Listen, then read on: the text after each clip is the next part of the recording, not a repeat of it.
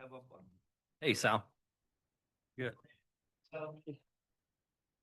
Afternoon, man.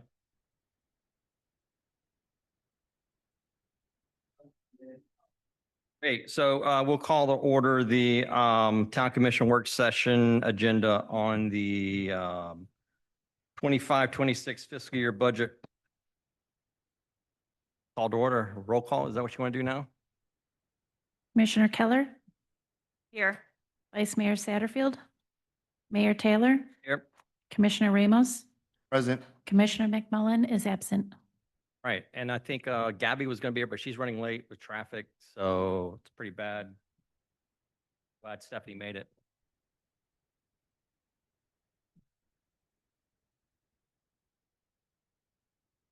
Good evening. We're going to go over, do a budget work session. Gabby is running late, so I'll get started and then she'll be here to answer any questions you might have.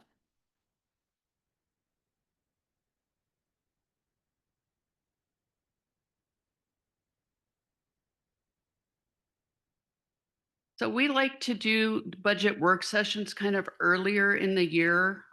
There are still a bunch of numbers that we're missing that we're waiting for, like property liability insurance numbers, health insurance numbers, and final numbers on our trim stuff. But we like to get started so that we have plenty of time for public input prior to our September work sessions. And in September, we'll come back.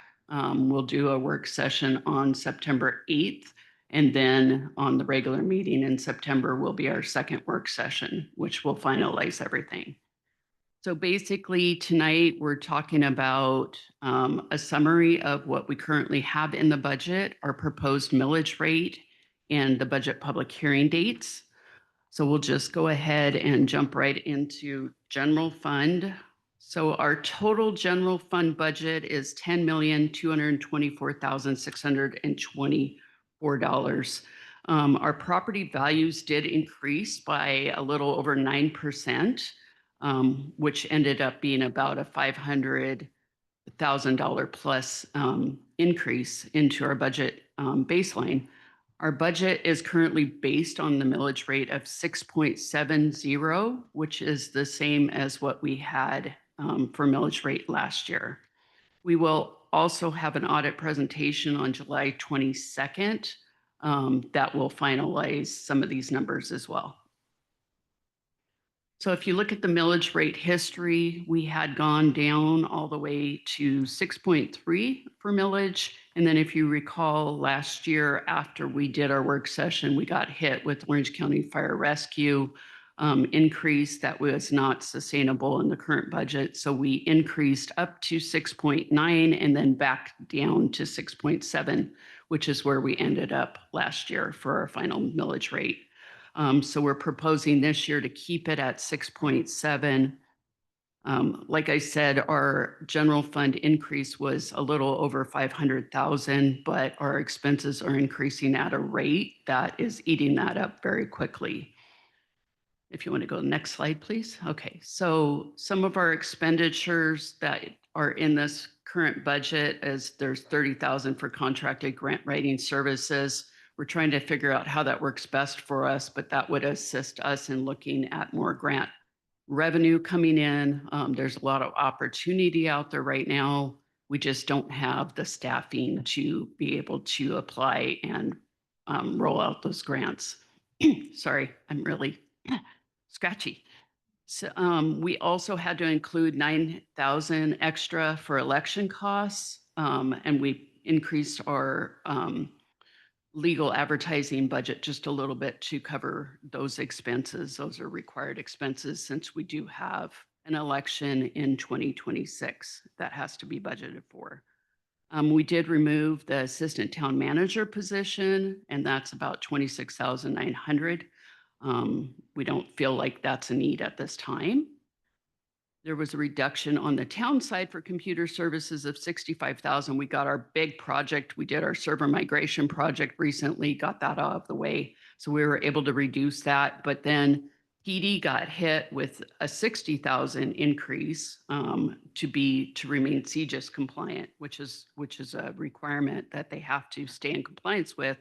So that kind of equaled out our reduction with their increase. We put in 100,000 for road resurfacing, and that is really for Milholland and Trailside Station for a couple roads that really just need to be taken care of. We increased planning services 150,000, and that's to keep up with the increased building that's coming in. And then we also added 40,000 for landscaping services. Our landscaping services budget is very high, and we're hoping to take a full look at that, maybe through an RFP or something like that. But right now we have 3 or 4 landscapers that are helping us, and we have a lot of area to maintain. So for employee salaries and benefits, we had hoped to give a 4% COLA. We weren't able to do that given the budget constraints. So this is based on a 3% COLA. You can see the CPI is right around 2%. We have budgeted an additional 2% contribution to the law enforcement retirement plan for sworn officers. I don't know if you remember, like 4 or 5 years ago, the intent was to increase retirement for law enforcement by 2% until we got up to about 18% and 20%. This will get us up to this will get us where we need to be. So this would be the last year of that 2%. This funds 100% of employee health insurance premiums with an estimated 5 to 8% increase. We got preliminary numbers today that were quite a bit higher than that. So we may need to, they're hoping to be able to bring those down on the final rates. But we may need to reevaluate either employee contributions or alternative plans if they're coming in as high as they're talking about right now. So we'll still be working on that. For the utility fund, the total utility fund budget is about $7,500,000, and the water department is the big chunk of that, and that's $6 million, 6.1 million. A lot of that, though, it's a little misleading. A lot of that is grant revenue, so the alternative water grant is in there at 4 million, so that really is a little misleading. Solid waste runs around 600,000, and then the wastewater department is 768. And again, we'll have an audit presentation that will go over more detailed numbers on July 22nd. For the utility fund, the water side of it, we do have the 4 million in grant funding for the alternative water project. We were funded in 2023 for 2 million and 2024 for 2 million. We would really like another 2 million to completely roll out the project. However, we're going to start with phase 1. We've started that part of the project to start utilizing some of this grant funds right now. And then other expenditures is we need to update our consumptive use permit. So we have 50,000 in there for that.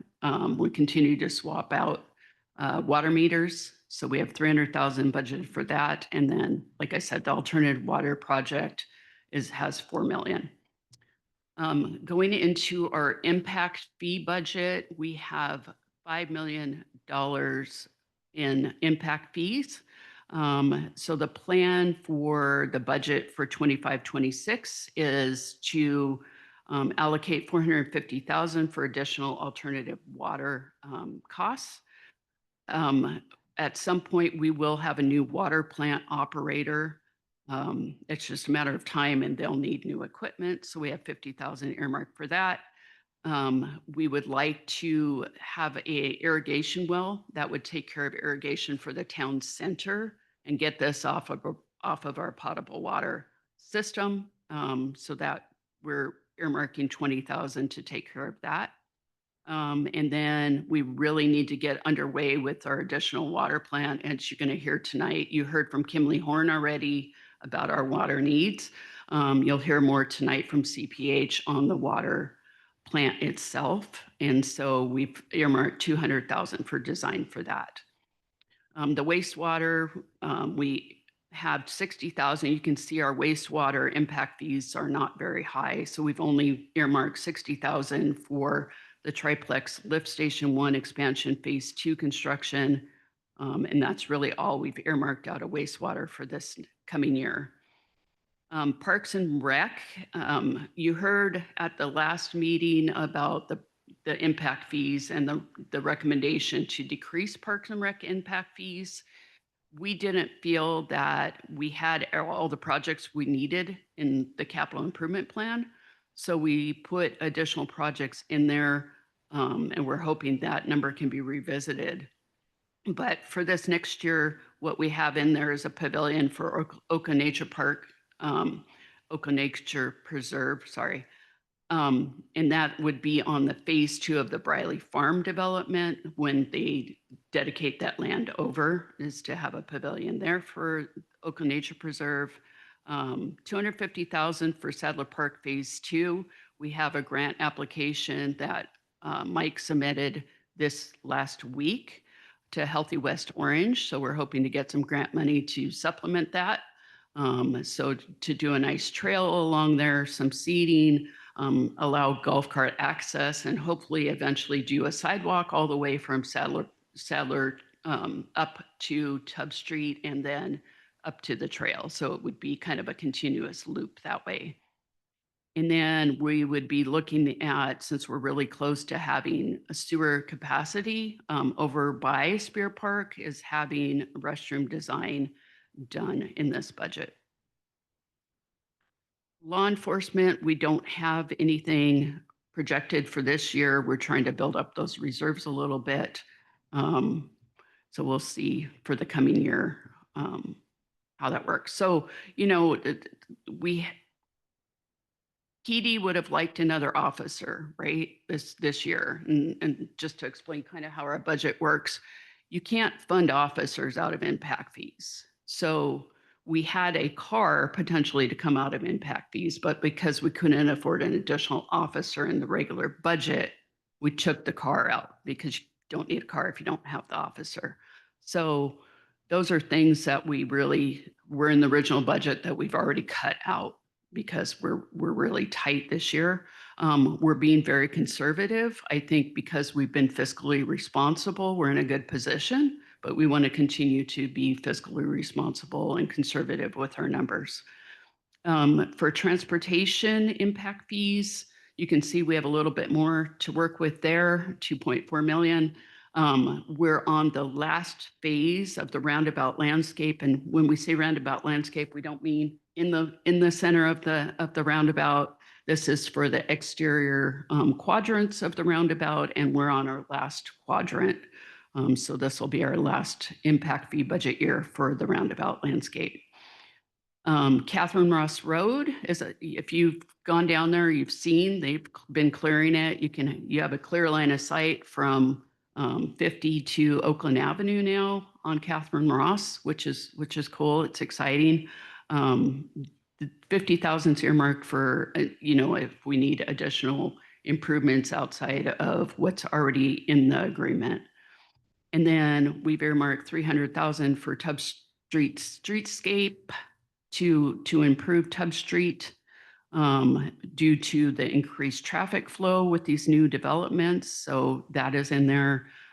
Dirt road improvements, as we talked about when we had the dirt road review by Myra, that is to really get us going on getting some of those dirt roads resurfaced.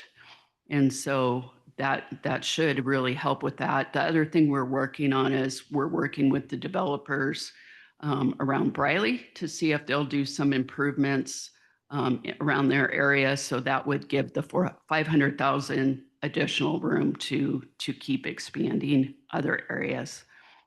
And then intersection improvements, Winter's Landing and Mackey, that is under design right now. We're getting pretty close to having a complete design, but we still need to do the construction itself. And if you've been in that area, it's just a wonky intersection. It really needs to be realigned, readjusted with all the additional traffic coming out of Oakland Park in that area. And then Jefferson Street, Oakland Avenue improvements. There's money earmarked in there. And again, we're going to see what we can do. There might not be enough room on Oakland Avenue to make a turn lane to Jefferson Street. So we may reallocate that money to areas that will have increased traffic due to Briley Farms development. And then there's money for transportation study and design where's needed in the town. For administrative facilities, we have 70,000. We would like, if you look at our capital improvement plan, which I'll go over in just a little bit, we have money earmarked in the future for a new town facility. We're running out of room. Public Works needs a new building. PD's running out of room. So we really need a comprehensive look at what that looks like moving into the future with the proposed expansion and build out of town staff. And then fire protection, 50,000 hydrant upgrades as we replace hydrants. Okay, moving into the capital improvement plan. I'm just going to go over the 25-26. The full plan was included within the work session packet with the budget. So we're just going to go over what would be occurring out of capital improvement projects that's not impact fees in 25-26. And Gabby just, made it perfect time when I'm about ready to wrap up, but she'll be here for questions. So for the capital improvement projects on general fund, we just put 20,000 in for computer equipment and laptops. Police department, again, the software upgrades are for CJIS compliance is 60,000. So that's not impact fees. That's just comes out of operational. Street resurfacing program, 100,000. So I've gone over a couple of these items already, but these are the ones coming from operations, not impact fees. Alternative water, that one's grant funding, not impact fees. So that's, for like I said, we'd like to get 6 million for that. We have 400,000 secured. So we're moving forward with that project. It's really imperative we get some of these houses off of our potable water as we're pushing our consumptive use permit. And then wastewater, we have 40,000 for wastewater pumps, utility crane, and 12,000 for lining of manholes. That's going to be a multi-year project. We need to get all the manholes lined. So this just starts that process. They're actually doing some right now. They'll continue doing it as we move through future years.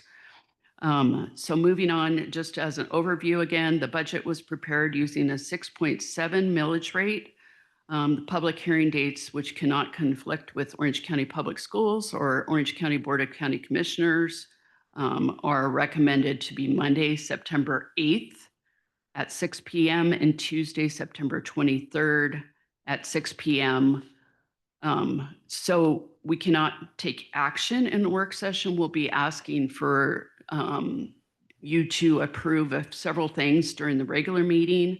We're going to be asking that you approve the tentative millage rate of 6.7, which will be included on the trim notices that the property appraiser's office sends out. And then approving the fiscal year tentative budget, general fund of 10,224,624, utility fund of 7,502,550, impact fee budget of 5,095,392, and then approving the dates and times for the budget public hearings for Monday, September 8th at 6 p.m., Tuesday, September 23rd at 6 p.m., in adopting the tentative 5-year capital improvement plan. Okay, we will now see if you have any questions or comments. Questions, comments? I just added something about the compensation study under the human resources from last year. it says 150,000. We don't need nothing for next year, but was that all used to study the $150,000? So that wasn't the full study. That was used to actually implement compensation for last year. Okay, We're not planning beside the 3% cost of living. We don't have money in our budget to bump anybody else up this coming year. But it's something in future years, we will continue to look back to that study and see where we can adjust our baseline numbers. okay. And then the Catherine Ross Road, I mean, that $50,000 is just like a contingency based on what we already had allocated? Correct. Okay. And then I see something common on most of these is the general liability insurance has gone up.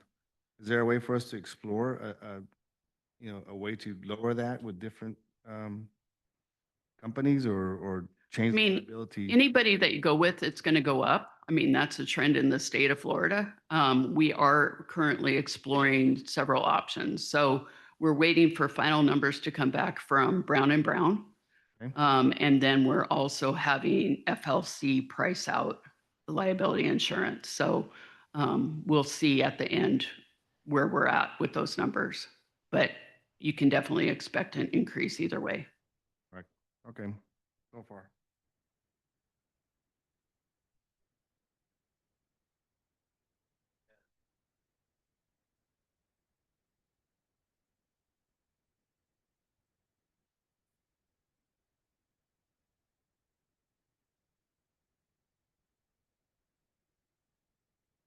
That's correct. We've paid everything that you want to answer this?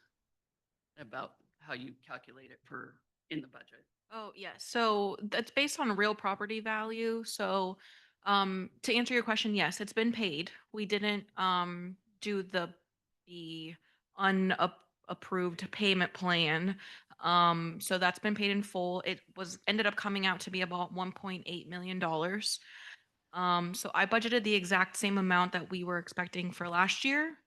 I have reached out to property appraisers to see if they can give me what the real property value number is rather than the fully assessed amount, because right now all we have is all of it together, and that's not what fire rescue does. They only do the real property value. So once I get that number from them, I'll be able to get a more accurate ballpark of what fire rescue is going to look like. But I do believe it's going to be somewhere in the 2 million still. I don't think that's going down. The true number doesn't actually come until about November after they've already started their fiscal year and they've assessed everything. They give us like a blanket number of what to expect. And that's why we have to budget higher and hope that it comes down lower. So.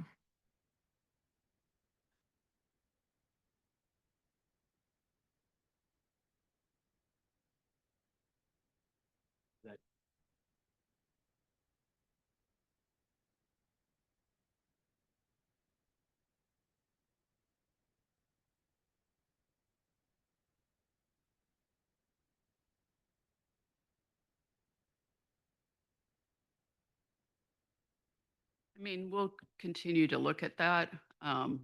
Just the impact fees right now, I mean, we're trying to demonstrate an increase for Parks and Rec so that we can at least keep them at the rate they're at now. So you can see we actually added another trail into the capital improvement plan that would kind of go along Oakland Nature Preserve and the Vic through Briley Farm on Vic.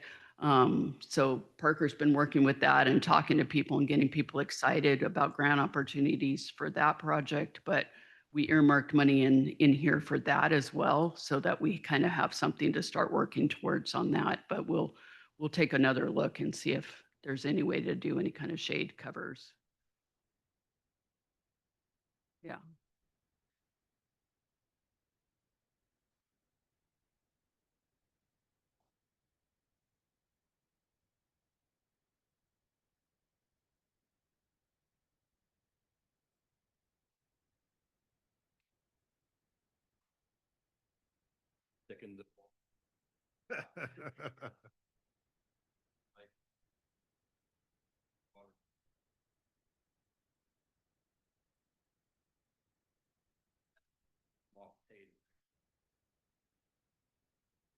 There is a water faucet right outside pickleball courts.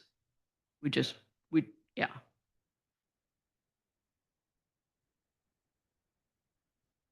Yeah, we'll just have to look at it because I know the last time it came up is number one, they're expensive. And number two, we would have to do it at all the parks. Yeah. I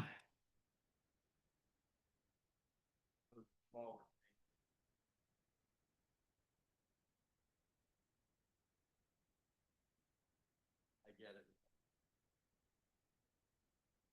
Shades, I'm not gonna give up on that. But I get it. Plan smaller things. You know. We can look at that. So I went through a little deeper and kind of looked, and I know this is all preliminary, and we're gonna go back through it again, but just some maybe helpful things to look at as we're putting everything together. And I know all the numbers aren't in. We're only into month 9. We've got 3 months to go because the fiscal year starts October 1st. I kind of put some pros and cons of just looking at it as it sits right now. I mean, I think you did a great job diversifying all the funding and trying to hit everything that you could and allocate what you could within reason. I did see our budget has and always does. It relies strong on grants, especially for our utilities and capital improvements. It's a good thing, right? We'll take the free money if people give it to us. But that's also a con because we're relying on somebody to give us something. So we have to kind of start looking at other alternatives to try to make up that. There was an estimate of a surplus of, when I looked at this, like $73,000. And usually there's on here, on the revenues, there's a carryover of like 200,000. Is there going to be a carryover you know of that's coming for that? So last year, the carryover, the 200,000 was to cover the difference of the fire rescue that we weren't sure if the raising of the millage was actually going to cover. So I did not include that in this current year's budget because we needed it last year to balance the budget, essentially. But because the budget is balanced currently and it has a surplus of 79,000, albeit not a very large amount, but it is balanced. I did not put that in there. However, I can put it in like a contingency from last year's money. That 200,000 that is left over from the current year that we're in is going to be used to balance the budget before it ends. So there are certain line items that are over expended. So we have to move some money around, and that 200,000 is going to help balance that off from the other fund balance that we carried over. That just comes from our reserves. So I can definitely put in 200,000 in there, or however much you would like to. Elise and I felt that we didn't want to keep putting in reserves in there because we don't know what our final reserve number is from our auditors yet. And I think it's still going to be a pretty high number, but we don't want to keep tapping into that because if something were to happen, we need to make sure that we have that as expenditure amount. So if we keep tapping in there and keep tapping in there, 200 here, 300 here, 500 there, it's going to start dwindling because there's only about 2 million in there. So, Yeah, which sounds like a lot of money, but that's only about, really not. it's only 2.5 months worth of operating the town. So that's not a lot. I mean, since sitting here and stuff like that, you kind of get a real inside look at what it takes and what goes into it. So there's a lot, there's a little bit. I mean, Yeah. it's not just easy like running a household. I think our other concern is if you paid at all attention to what was going on at the legislative level this year, talking about removing residential property tax income to the jurisdictions, that would be a huge hit for us. Even reducing the half penny sales tax that we get income from, either of those would be a huge hit to our budget. And so I think, right now with the state of Florida, I would be very cautious about tapping into reserves at all. I feel like we need to build them up even more. Yeah, that's in a recommendation. Yeah. I've gotten there yet. Okay. So, yeah, and if that is the case, that 73,000, we don't know what our carryover amount's going to be right now until we get to the end. Yes, because property appraiser does also give like another number. I can't remember when exactly. I don't know if it's in August or in September, where they kind of give you a more refined number of what your assessed values are going to be, and that usually ends up being a little bit higher. When we reached out to property appraisers last week, that number came back higher than what our original letter was in June, and it's only been a couple weeks. So I think that there should be a little bit more money coming in for ad valorem, Yeah. but I don't think it's going to be hundreds of thousands of dollars. No, I Um, mean, the Lisa's report says it increased by 9.39% with the value of houses going up in the area. And that was at estimated $560,000. Now, going back to what Mike said, the fire department's agreement is depending on the valuation of total properties in town that dictates how much you have to pay for fire. So we're not out of the woods with the fire department, and that $200,000 in reserves would be tapped out of that is what we would do, just like we kind of set aside. So can't, I just want to be mindful and cognizant that we have that. We may need that if we can't cover, the fire. I mean, I can definitely put that in there just like as a contingency, or just like a carryover balance towards the bottom and just kind of pad that bottom line a little bit until we get a more Mhm. refined number from Orange County. Yeah. We also have to wait for health insurance to come back too, and property insurance. Those also are a big part of the budget. So, Yeah. hopefully we'll get those numbers soon and then be able to actually know how much we might actually have to tap into reserves if we need to. Or if the values come up, but fire rescue doesn't end up being higher, then we can just put that money Right. into the carryover. You're taking away my negatives. And then I think another positive infrastructure projects, like I said, road improvements, what we're doing for the dirt roads and any roads, public safety, wastewater is obviously a big one. Like that parks. There's a tremendous amount of people that go down to I see at Spear Park all the time. I mean, last night I was walking the dog and the tennis court was full, the pickleball courts were full. There were people standing in line waiting to get in. One day I drove by, there's people in lawn chairs, a group of people just waiting to do the pickleball court, which is good, right? I mean, it's being utilized. It's not just sitting there. So going to my negatives, again, the employee compensation, like you just said. So we're set on what we're doing. And I think the COLA of 3% is really generous. The average is 2.5% usually is what they do. So 0.5% more is generous. But then you run into that, what's going to happen with the insurance when they come back? How does that work? And I think at least you made a comment about you'd have to revisit that with insurance if the town can cover, or if there has to be some sort of employee contribution to that. You want to take care of your people. We want to take care of our people as much as we can on that. I mean, they help us, so we want to help them as well. Again, the negative was depending on the external funding, like grants and stuff like that. And then the no fund, you answered the question on the funding balance. I think overall, I think what I'm seeing, what I've seen, what I've looked at, and what I've read through, I think it's stable, but there's pressure there. There's a little bit probably more pressure than stable right now because there's a lot of unknowns, right, on where we're going. I mean, obviously the strain's going to be on the personnel stuff and the insurance. I think it's going to be the big driver on where we go and what comes in. And then as far as recommendations, I agree with you. I think try to rebuild the reserves as much as we can with a little bit that we get would help out.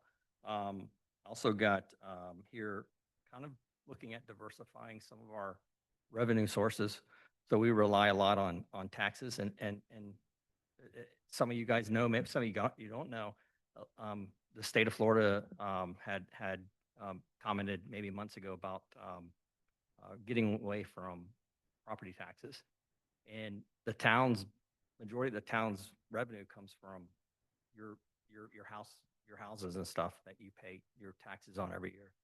I can see both sides of the issue, but when you're trying to run a town, you know, as a private owner, you're like, yeah, get rid of it. I mean, I own the place. But then as a town, you're trying to provide fire service, you're trying to provide police, you're trying to provide roads. If 75% of our revenue comes in from residential taxes and 25% comes in from commercial, big deal where we got to try to flip flop that or try to make it even as much as we can, because if they cut that out, we're in a jam, a big mess if that happens. So, you know, we have to look at, I think, diversifying some revenues and those we're looking at that, you know, right? Cell tower.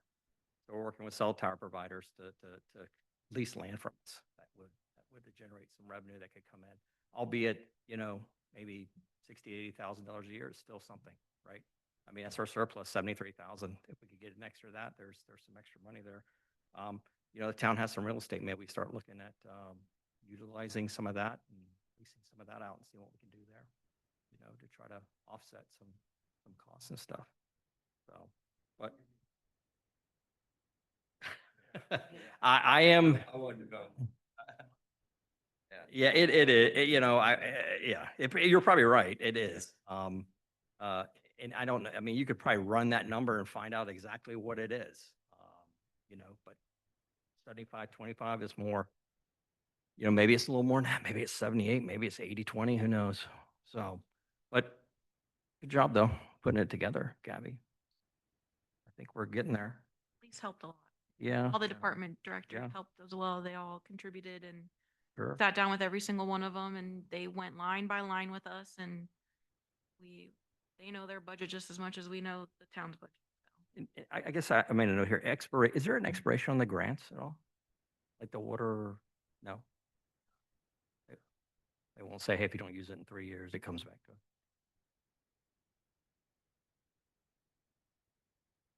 Right. You better push. No, you got to push the button. We can't hear you, Mike. You got to say it again, Mike. Okay, I'll say it again.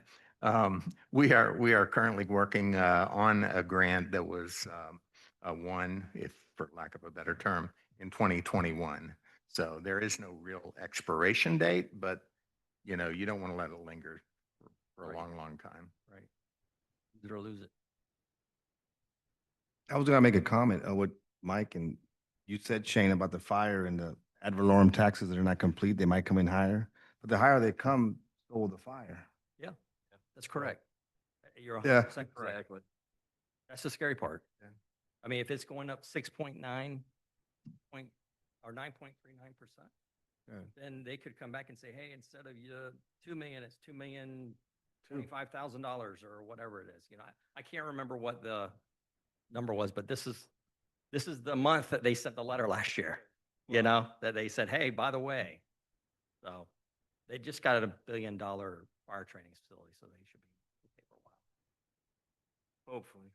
Yeah. Great job, though. Great job. Yeah. Thank you so much. You ladies. To add to, thank you guys for your work, especially trying to keep us at least at the same millage rate as last year. I know that it's a challenge and, you know, again, to the mayor's point, nobody wants to pay more taxes, but, you know, there is a benefit to living in a smaller town, but it does come at a cost. And we just have to figure out how to manage that well. And I appreciate all the work you guys have done and all the department heads. We're proud of you. Yeah. Very much so. Anything else? Do I we mean, need- I anybody- don't know if you want to open No, it to okay. the public. Comments on budgets or anything? How about you, Ed? Ed, you just said you got any comment? You guys are good? Kevin? Good? Okay. All right. That's it. Let's That's close it. Thank you.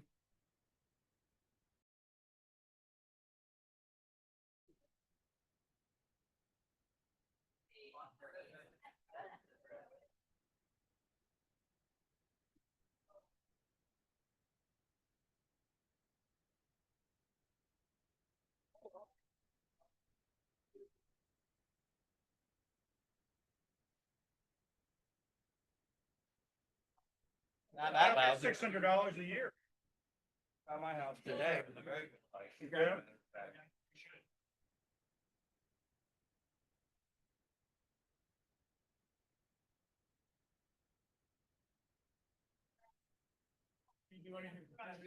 Hey, if everybody could grab a seat, we'll get started.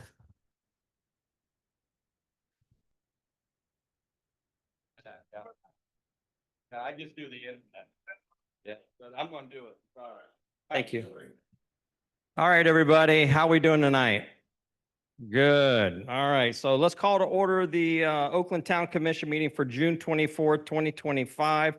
If everyone could please stand for the pledge, remain standing for Miss Marilyn Mack's invocation. I pledge allegiance.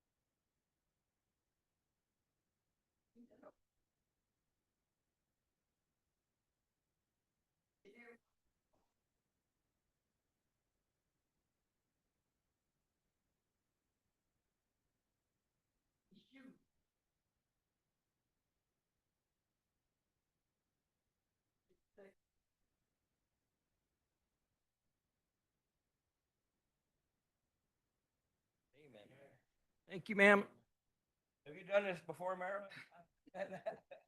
All right, Kathy, how are you this evening? Great, thank you.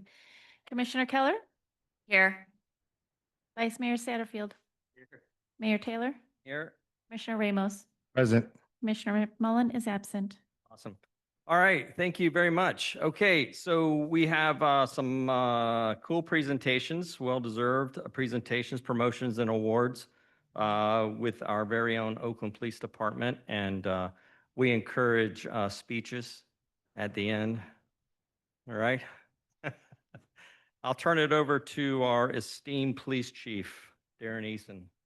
Oh, deemed, I thought I had to let somebody else in. Mr. Mayor, members of the commission, I appreciate you giving me a few minutes of your time to recognize two promotions which took place last month, as well as two other awards that were given to two employees here at the police department. The first one, if I could get Sean Dozier up here, wherever he is. That wasn't your phone that went off, was it? No, sir. Okay, good. Not this time. Good. Okay. Sean Dozier came to the Oakland Police Department January 11th, 2021. That was after retiring a 25 plus year career with New York Police Department and the Transit Police in New York. He served here at the police department in uniform patrol as well as criminal investigation, where he was the lone detective here for the agency for quite some time until he got tired of watching me in my office every day. So he chose to go back to patrol. But with the true reason to sharpen his skills and study for the upcoming promotional exam, which he did very well at. Sean is a caring employee who consistently is involved within the community. As you see on our social media page, he's always out in the community, interacting with citizens in positive things such as visiting lemonade stands and garage sales and all that good stuff. And he constantly reminds me as the chief that he aspires to continue his growth as an officer and a supervisor. And I mean, constantly reminds me. He is a loving, dedicated family man and a dog dad to many dogs. But it's my pleasure to avoid the feedback and to let you know that on May 5th, 2025, Sean Dozier was promoted to the rank of corporal.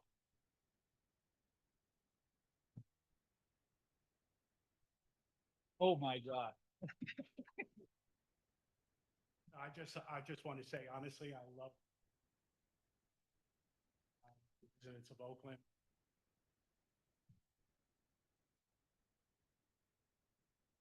always a blessing. Truthfulness is an issue. I went a little too far there. And it may seem like we just saw this promotion a few months ago, but if I could have Justin Gow come up here. Justin Gow was hired by the Oakland Police Department on March 26, 2023, previously employed by the Brentwood Fire Department, where he rose to the rank of captain as well as an EMT. He also served with NYPD before relocating to Central Florida. Since coming to Oakland, he's grown into a decision maker and learned from his experience as an officer, which is something that we've had several conversations about. And his decisions, his learning, everything is very apparent that he really wants to make this agency better. He's a motivated learner who's always looking for ways to better himself as well as those around him.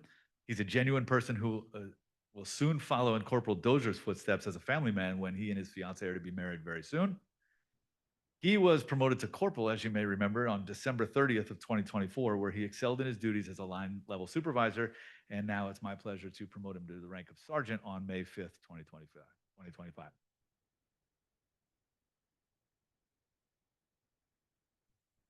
So this is something that we've talked about for.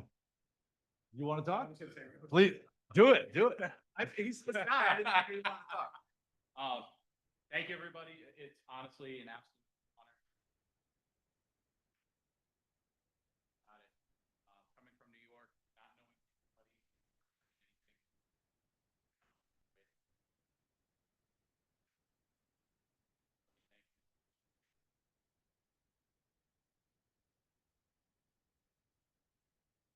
Shocked. I'm shocked he wanted to talk. Usually he comes in the office, walks right by the office, waves, and keeps going. That's the talk. These next two awards of recognition were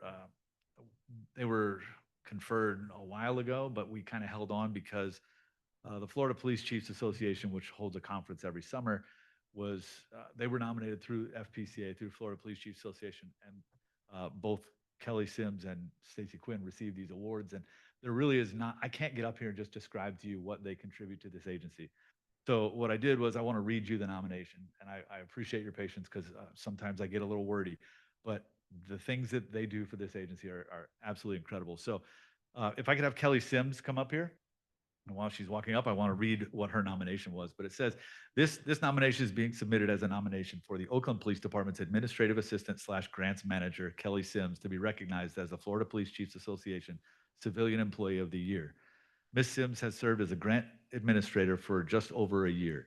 As the agency began to grow and transition towards the vision expressed by me when I began in my role as the chief in 2022, Ms. Sims' responsibilities began to grow, moving from grant application and management to include many other administrative tasks.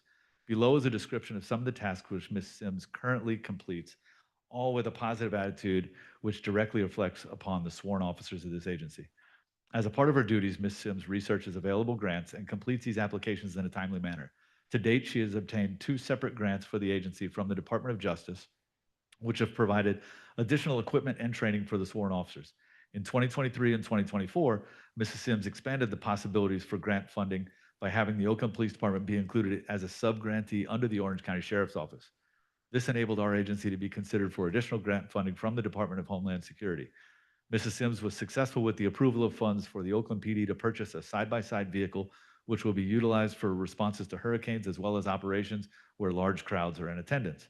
Ms. Sims also completed an application which has resulted in the agency being considered for an additional funding purchase for one unmanned aerial system, which is a drone, which will aid in operational tasks within our jurisdiction as well as provide assistance to other agencies. Her previous employment as a civilian grant manager with the Stearns County Sheriff's Office in Minnesota has provided Ms. Sims valuable knowledge and experience to draw from and aid in the forward movement of our agency. During 2024, Ms. Sims began to take on several other responsibilities within the agency. Ms. Sims saw the need for organization and accountability with the supply section of the agency, which lacked both when I became chief. As a part of an ongoing responsibility, Ms. Sims researched computer programs which would identify the inventory as well as create a system of accountability for officers regarding the issuance of equipment and supplies. Ms. Sims secured the funding to purchase a $10,000 quartermaster program, which has been a tremendous help in tracking equipment as well as identifying what equipment is issued to individual officers. The implementation of this program required Ms. Sims to attend multiple training sessions with representatives from the company, which she was able to attend and gain a clear understanding of how this product works. This single product will save the Oakland Police Department time and money due to accurate tracking of equipment and accountability being solidified. Ms. Sims is now in charge of the vehicle fleet for the agency. She's created a system of reporting vehicle service needs and forms to go with that system, resulting in efficiency for vehicle repairs. She reviews and approves all requested services to vehicles, and she has a thorough knowledge regarding vehicles and the many issues which law enforcement vehicles may experience. By doing so, she's able to ensure the budget is not being wasted on unnecessary work due to vehicles or unnecessary work to vehicles while making sure the vehicles are functional. An additional task Ms. Sims initiated was the tracking of vehicle keys for the entire fleet. She recently purchased a large key box which operates through facial recognition, only allowing specific keys to be removed by the person opening the box. This sort of technology will certainly aid in the reduction of unnecessary spending when key fobs and car keys go missing. Her willingness to take charge of the vehicle repairs and inventory are very important and will provide cost savings over time with the agency. I'm almost done. Despite being very busy with the above tasks, Ms. Sims has taken the lead on the agency's social media account. While working with the Director of Police Administration, Ms. Sims uses her computer skills to create valuable content, which has brought the agency's social media platform to a new level. She creates reels using still photographs and vehicles and videos, as well as integrates music, which has expanded beyond the social media campaigns, which has been done in years past. Ms. Sims attends bi-monthly meetings with Cole Pro Media, a contracted consulting firm who aids in community interaction, as well as crisis content creation in the event of a critical incident occurring where the agency will inform the community. The maintaining of social media platform is something which consumes much of her time, but Ms. Sims finds the time to complete these tasks while not letting other tasks get away from her. Examples of her excellent work can be found on the Oakland PD Facebook page. Ms. Sims' duties also include ordering all uniforms and supplies which are needed by the sworn officers. She recently conducted extensive research to create a document which identifies all items needed to hire a new officer with individual pricing associated with each item. This document has been valuable in budget preparation, as well as informing the town commission regarding the cost of hiring one employee. This was very helpful moving from 14 sworn officers in 2022 to now 16 sworn officers in 2024. The agency has been able to budget appropriately and plan on, hopefully, but now as I can strike this last sentence from the due to this budget workshop, adding a 17th officer to the workforce. The growth is necessary due to the town currently experiencing development, which will bring a population increase of 90% in the next 4 years. During the year, the town holds multiple community events in which the police department participates as well. Events such as Heritage Day, Santa's Lane, Music Under the Oaks, and the 5K with the 5-0 all require volunteers to make them a success. Ms. Sims volunteers her personal time on all events and provided assistance which was very valuable. Without her willingness to volunteer her time, the events would certainly not be as successful as they have proven to be. Considering all the above information regarding Kelly Sims, I truly believe that her work and dedication to the town of Oakland and its police department are exemplary. It's my desire to have Kelly Sims recognized as the Florida Police Chiefs Association Civilian Employee of the Year. I thank the members of the committee for their consideration. They, without hesitation, selected Kelly Sims, and the conference was last week down in Miami. She was gallivanting around Europe, unable to accept the award, so I accepted it on her behalf, and they were very disappointed by my face and not hers. But words just cannot describe what she does for this town. Civilian employees keep this department together. Without them, we would not be able to function every day. It's my pleasure to give her a hard time every day, but it truly is my pleasure to give her this award that the Florida Police Chiefs Association gave her.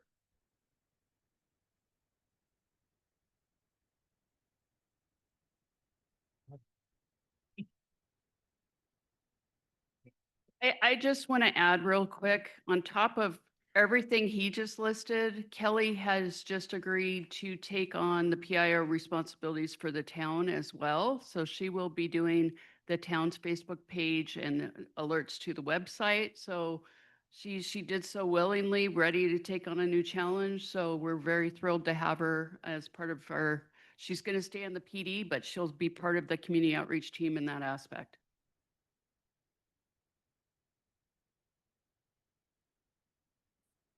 Okay, so last but certainly not least, the longest tenured employee of the police department, Stacy Quinn, if you could please come forward.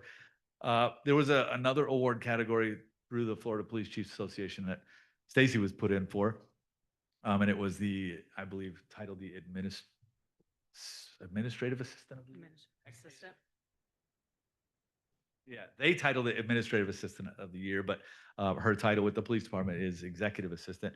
But again, I cannot list all the things that Stacy does, so I'm going to read this one faster and it's shorter. How can you read it faster? I'm going to try. I'm going to try. This memorandum is submitted as a nomination for the Oakland Police Department's Director of Police Administration, Stacy Quinn, to be recognized as the Florida Police Chiefs Association Administrative Assistant of the Year. Ms. Quinn has served as the Director of Police Administration, serving under the Chief of Police for more than 13 years, now 14. She served under me as the Chief of Police for the past 2 years and has been nothing short of outstanding. As a part of her duties, Ms. Quinn handles all administrative tasks included, but not limited to, filling all public record requests, completing payroll on a biweekly basis, ensuring certification for all officers remain current and active, and serving as parts of the Chief's command staff. During this past year, an awards committee was created after a policy was developed for employee recognition. Ms. Quinn quickly volunteered to serve as the award committee chairperson, which involves organizing quarterly meetings, soliciting award nominations, and putting together the recognition ceremonies, which are normally held at town commission meetings. Ms. Quinn heads the Oakland Partners Program, which consists of maintaining a current list of specific senior citizens within the town and ensuring that they call in by noon each day to verify their health and safety. If a citizen does not call by the noon deadline, Ms. Quinn makes sure that a sworn officer responds to the citizen's home and personally verifies their safety. Mrs. Quinn has proven to be extremely dedicated to her role as the Director of Police Administration, as shown above. In addition, Ms. Quinn is the liaison between the police department and the contracted IT company. There have been several incidents of an IT problem over a weekend or holiday, and Ms. Quinn remained available around the clock, including a recent vacation to Hawaii. When the internet or server has gone down, Ms. Quinn has made the appropriate contacts and been able to provide direction to others to get the situation remedied as soon as possible. Another task Ms. Quinn is responsible for is the department's social media account. When I came to the Oakland Police Department, my priority was to strengthen community relations by using social media, and Ms. Quinn embraced this concept, continuing to use creativity to develop interactive posts which involve the officers within the agency, as well as recognizing important days and events locally and nationally. Despite handling so many administrative tasks, Ms. Quinn finds the time to photograph special events and incidents where officers are engaging within the community. She makes sure these photos are posted to the agency's social media page within 24 hours. In addition to the administrative tasks which Ms. Quinn completes, she also has supervisory authority over 2 civilian employees. Ms. Quinn is the immediate supervisor for the code enforcement officer, as well as the agency's administrative assistant / grants manager. Ms. Quinn is able to supervise and provide direction to both civilian employees, ensuring that code enforcement cases are being handled appropriately and other duties are handled in line with the mission of the agency. This included the completion of annual performance appraisals on both employees under her command. These appraisals were fair and provided information for each employee to be used as developmental tool in their roles as agency employees. Ms. Quinn serves as the executive assistant directly to me as the chief of police. She attends all staff meetings and is certain to be attentive to the needs of the agency in all the meetings.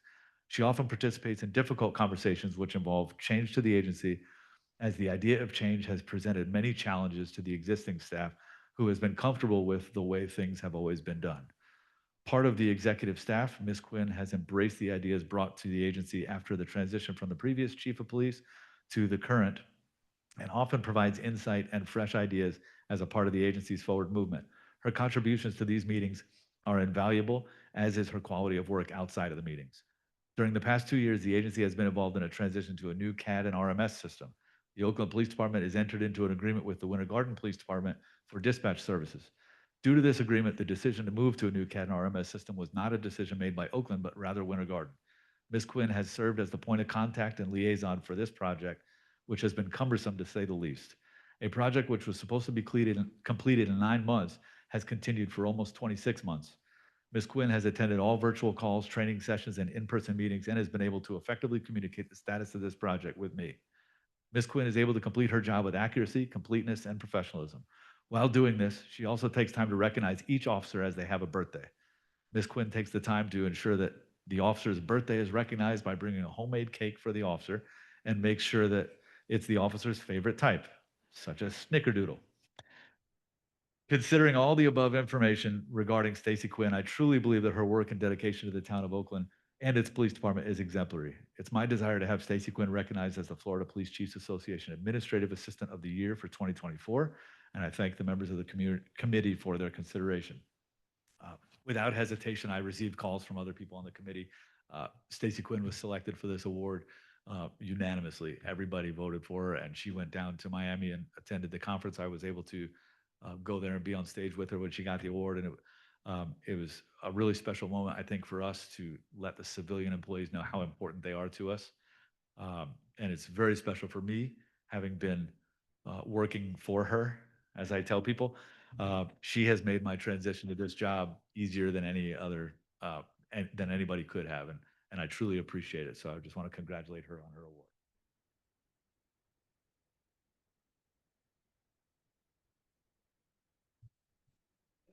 I got it. Careful.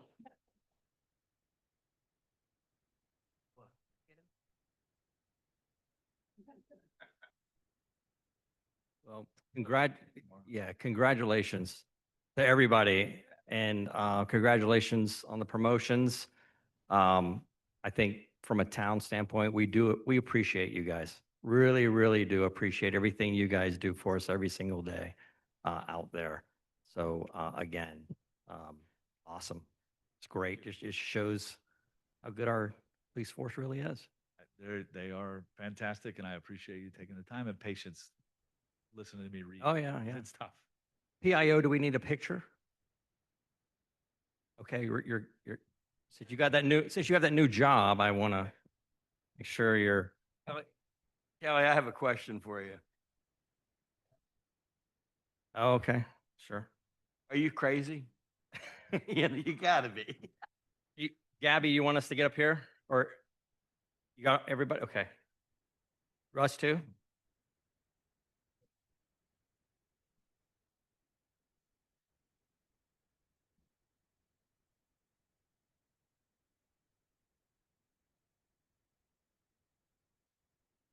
I was just gonna pull it back.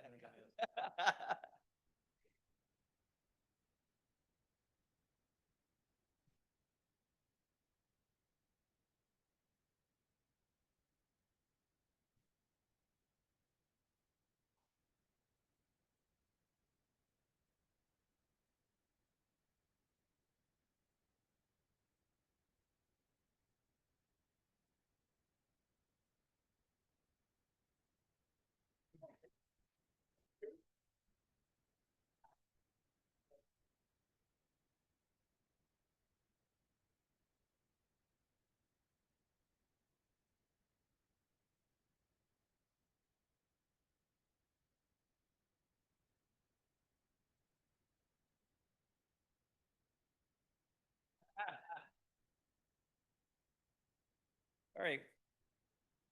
We got one proclamation to read. We'll everybody head out. Who wants to head out?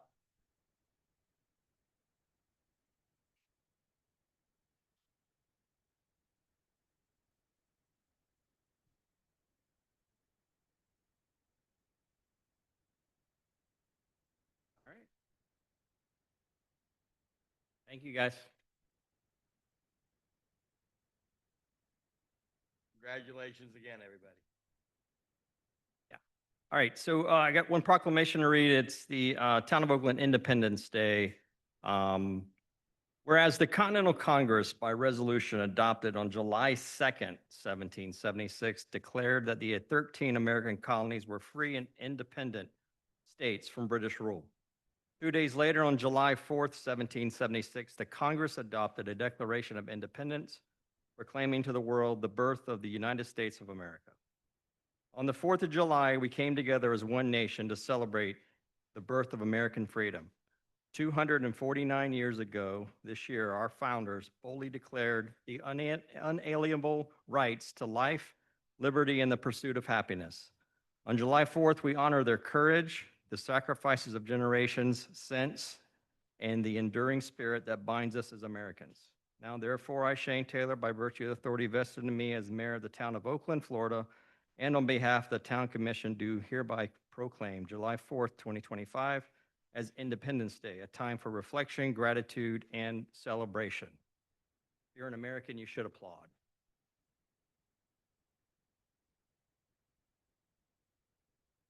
All right. Moving on. Next on the list, Mike. Consent agendas. Okay, so we have 5 items on the consent agenda tonight. It's minutes from the 6/10/2025 Town Commission work session and regular meeting. Reappointments of the ARB and Planning and Zoning Board members. The 2025-26 tentative budget, tentative millage rate, and public hearing dates that we heard tonight. And the Oakland Avenue Charter School 2025-2026 internet policy, and the Oakland Avenue Charter School 2025-2026 mental health allocation plans. Any comments or questions? I just want to make a comment for the ARB and the P and Z. Thank you, Lisa, April, John, Jonathan, and Zach for continuing and be willing to contribute your time and energy and just, help out here with the town. Thank you, guys. And you too, Ed. I know you sit on the board there too. Ed, you're already on the board, so. Yeah, thank you. Thank you, everybody. Yeah. I need a motion. I'll make a motion to approve the consent agenda. Second? I'll second it. All in favor? Aye. Aye. Okay. Next is our other policy matters is the Oakland Avenue Charter School 2025-26 tentative budget. And it looks like our esteemed school principal coming up. Pam Dwyer, how are you? Pam Dwyer, in case we haven't met. I'm the principal over at Oakland Avenue. I'm here tonight to discuss the tentative budget. We come to the budget before the end of our fiscal year, which is June 30th, July 1st. We have to have a budget in place, but we will continue to evaluate the budget and come to final budget alongside of the town when they come in September. Okay. So I just want to go ahead and review some of the budget highlights for this particular school year, the 25-26 school year. So I want to reemphasize again that OAC is completely self-funded. I know that that's been a question through the years in regards to whether the town is funding the school in any fashion, and it is not. It is completely funded by various funding avenues such as student enrollment, primarily grants, and other various things related to our VPK program and different revenue sources in that regard. The revenue that we calculated this year, we added a 2.5 increase from the 2024-25 budget. That's a little bit less than what's actually coming in. And so once we get the revenue calculator, we will recalculate the revenues. Legislature approved about 3% increase, but we went conservative just to make sure that we could see if we could afford the things that we needed to do. Our PTO fundraising contribution this year is going to be $55,000. It's actually, it may seem less, it's really not. There was almost $80,000 in fundraising that was raised, even though they did not have a gala this year. They did have the auction. They used it for a variety of things throughout the year. It might not have been that high, but we purchased some picnic tables and various other staff initiatives that were given through the year. So there will be $55,000 that are added to the revenue for next year. We have salary increases up to 3%, and that's dependent on performance. So we budget for all to get 3%. Some may get 2%. Some may get 1%, just depending on their performance in relationship to teacher observations, and student data, which our student data was outstanding. So we have quite a few high-performing teachers this year. So our net proceeds from 2025, we're going to be bringing some of those forward to the 25-26 fund to fund some capital projects. And you can see that in the budget line item that says additional charter school capital outlay carryover. We intend to carry over $150,000, and I'll talk about that in a moment here. On the next slide, the planned capital projects, which that money is going to be used for, is to continue updating the lighting to LED in the classrooms. One, it's about outdated equipment, buying the ballasts, and also energy conservation. So we're going to continue with that on Building D. We need a fire system upgrade. The system is analog and needs to be moved to digital so that the systems can talk to each other. The parts, when things go wrong, are not available to be purchased through our providers at this time. So we have to go out and buy them through eBay and hope that they will install them, which leaves us kind of in a precarious situation with, we need to definitely take that step to upgrade our fire system. And it aligns well with the new fire panel that we funded a couple of years ago. You know, the building's 22, 23 years old, so these things are starting to creep up on us, and everything's moving to digital. So some people don't even know what the word analog means. I just know I say it, and that means old, right? You know, it's back in the day, analog, you know. The building maintenance that we're working around campus is we're going to paint classrooms walls as needed. We need some gutter cleanup, constantly full of leaves and everything else. And we're working to paint the exterior building of buildings A and B, which is the main building, the office building, and the cafeteria building. We'll work towards the other buildings in next year. Our OACS staffing, that should actually say 25, 26 at the top. I apologize for that. You have 68 total full-time and part-time students, and it's broke down. We have 28 classrooms and 13 support, which would be considered like our ESE teachers. They are still instructional teacher. They are still instructional. 41 completely teachers are instructional staff. We have 2 part-time instructional support staff members that help us with either providing remediation or various student needs. We have 12 full-time non-instructional. That does include our VPK program as well. We have 13 part-time non-instructional, which includes our some part-time VPK aides. We have a couple of teacher aides, and we have our cafeteria staff. And then we just, we try to keep 10 substitutes on call and available. So it's an ongoing, it's a constant rolling of hiring and getting new individuals. So we're working towards having 10 on. So my requested action, you have the budget in front of you, is obviously to approve the tentative budget so that we have an operating budget to work to begin to start making purchases and making decisions starting July 1. And then as we get continued, we will get the revenue calculator here in the next couple of weeks, and we will calculate revenue, also really have a stronger sense of what our end of the year net proceeds were from this year and how well we did with managing the budget, and make adjustments as necessary, and then come back to the table with final budget in September. Any questions? Thank you. Real quick, just to go back to what you said about being self-funded, so everybody understands. Yeah, the school's self-funded. The town owns the building and the land, and the school pays rent essentially back to the town for the use of the building, just to Correct. make sure we're Yes. there. Other than that, you get all your revenue from all your funding from the state or the county. Correct. Wherever Yes. it is. It's not It's typically through the state. It's just a matter of how it's funneled. You know what I mean? Mhm. right. And then the substitute teachers, are those contracted with Orange County, or are they? No, we actually hire them. We used to work with Kelly Temporary Services. That's who Orange County does. They cannot manage the need, and so they won't contract with us and provide us any support. So we've done it a number of years, had it on our own. It's people who want to be a sub at Oakland Avenue, don't necessarily want to be a sub anywhere else. You know, there's some expectations when you're a substitute through Kelly Temporary. You have to work so many days, and you have to work one Friday. And sometimes people don't want that. They want to have a little more flexibility in that sense. So. Anybody else? I have a question, but I got a comment. PTO, we don't need to neglect them at all. No. $5,000 is phenomenal, being that we did not have a gala this year. Yeah. I've got grandkids in 150 different schools, it seems like. And at one You're saying you have 150 grandkids?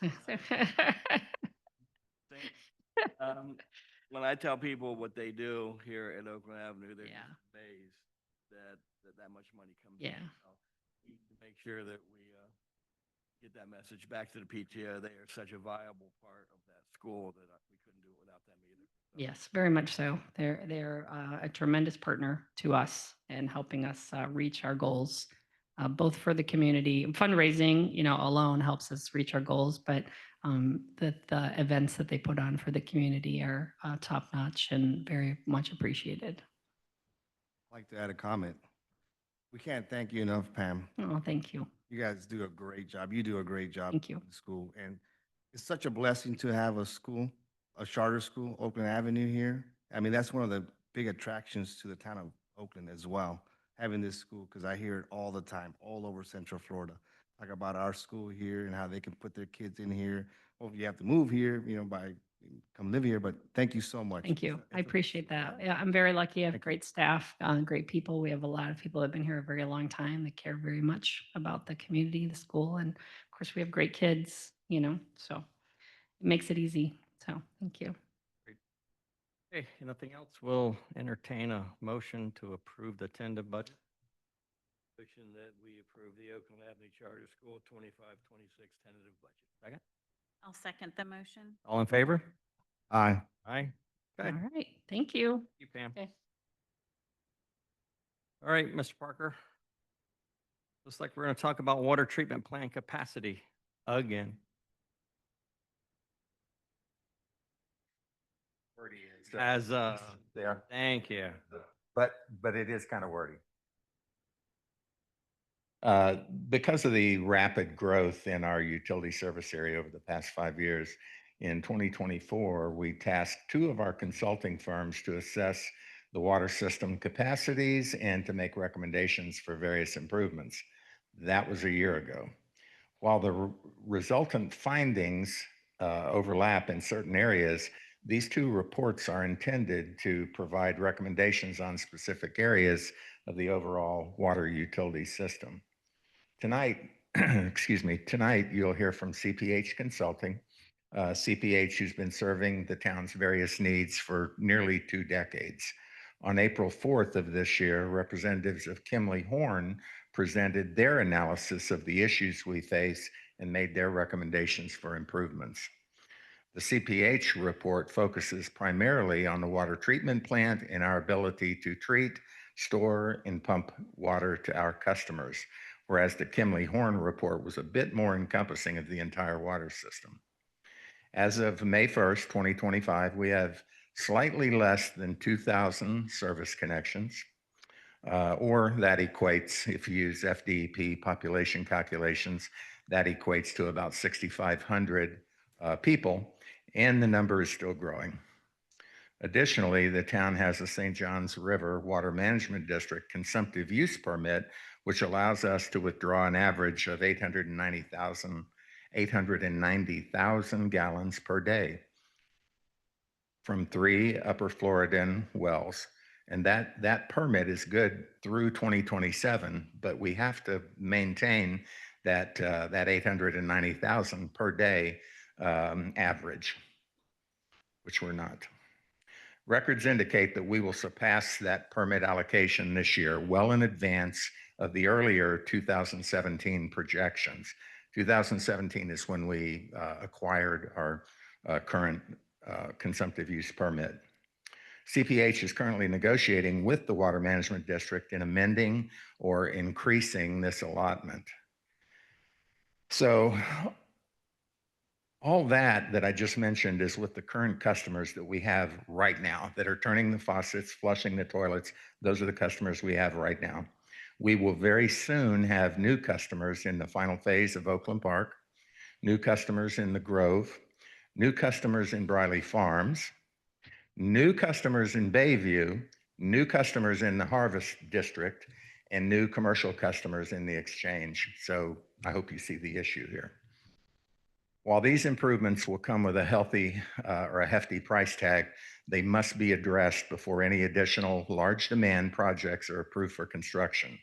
Raising impact fees or applying for grants will not take care of this problem, nor will raising the monthly utility charges to all our existing customers be the, be the solution. Compelling the developers to pay for these improvements is the most effective way to deal with it. I mean, it is their development which is causing capacity issues in the first place. As I mentioned earlier, this is the second of two reports that are essentially saying the same thing, that expansion is necessary. With that, representatives from CPH are here to present their findings, make their recommendations, and to answer any questions. Any questions for me before I sit down? Thank you.